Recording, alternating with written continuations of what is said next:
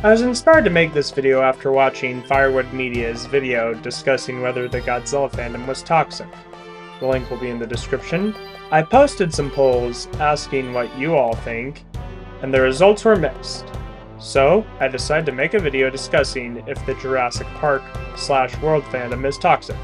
Now, I'm well aware that every fandom has its bad eggs. When I talk about toxic fandoms, I'm referring to things like the Loud House fandom, the Rick and Morty fandom, the Star Wars fandom, and Snyder bots. To determine if the Jurassic Park/World fandom is toxic, I'm using the same pyramid that Firewood Media made.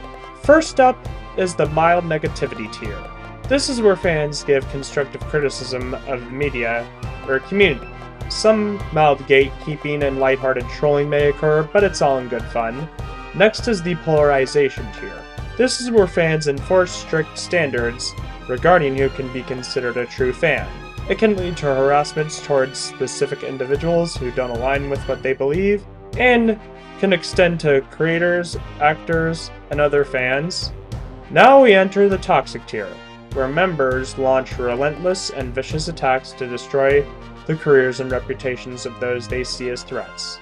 So where does the Jurassic fandom land? I'd say somewhere in between mild negativity and polarization.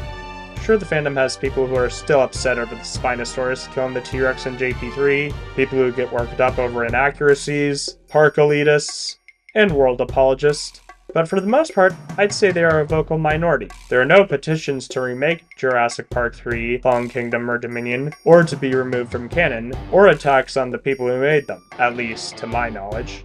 I have to admit, I was quite defensive during the negative reception of Fallen Kingdom, and when it was cool to bash on the sequels. I'm not proud of some of my behavior during that time. However, I've grown, partially because I've observed how other Jurassic Park fans have conducted themselves. There was this one guy I stopped following on Instagram because all he did was complain about people on YouTube slamming the Jurassic movies. Another person I broke ties with was because he put the Jurassic World trilogy, especially Dominion, on such a high undeserved pedestal to the point other media looked bad in comparison.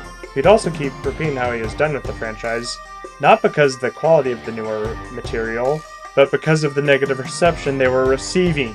I've also seen how other people acted regarding different media. Like, there was a Twitter user infamous for going to extreme lengths to defend Scoob and Tom and Jerry 2021, going so far as editing the Wikipedia page for the latter to hide the negative reception the movie had, and getting banned from Letterboxd. Or how Matrix fans acted when others talked negatively about Resurrections on Twitter. Back when I was on the site, I expressed my dislike for the new Agent Smith, which led to an argument with this user, who then told me the film was too smart for me. I looked at myself and thought, you know what? I don't want to be like that. I decided I'd be intellectually honest with myself and others. Hence why I did a video listing what I don't like about the franchise, came forward with Dominion, and plan to re-review the movies with updated ratings sometime. I've also distanced myself from questionable Jurassic people who are not the best influence. As I said before, every fandom has its bad eggs, and while I still like The Lost World and the first two Jurassic World movies, I've moved on from the person I was back then. And I'll be keeping an eye on the Jurassic fandom. Anyway, that's all I have to say. What do you think? Let me know in the comments.